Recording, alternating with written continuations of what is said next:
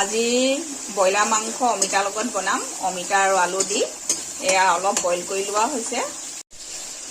আজি এতিয়া ৰাতি আমাৰ সাজটো এনেদৰে বনাবলৈ লৈছোঁ দেই। আৰু মাংসখিনি এতিয়া এইখিনি ধুনীয়াকৈ মছলা দি পেলাই এনেকৈ একদম সানি লোৱা হৈছে আৰু সানি থৈ দিছোঁ 15 মিনিটমান। এইখিনি মাংসখিনি ধুনীয়াকৈ এনেদৰে সানি মেলি লৈ ল'লোঁ। আৰু এতিয়া এইফালে এইখিনি দেখিছেনে? আৰু এইফালে আদা নহৰু পিঁয়াজ এনেদৰে ভাজি লোৱা হৈছে। কালাৰটোৰ কাৰণে অলপ চেনি দিয়া হৈছে আৰু লগত এয়া মোৰ বাও আছে।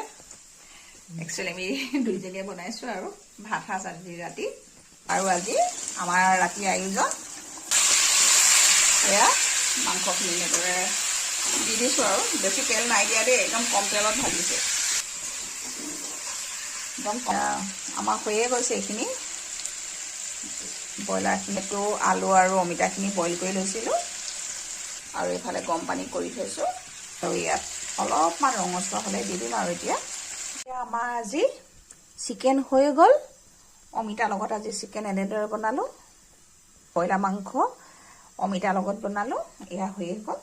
আৰু এতিয়া ভাতকেইটা বাঢ়িবলৈ লৈছোঁ। আৰু এতিয়া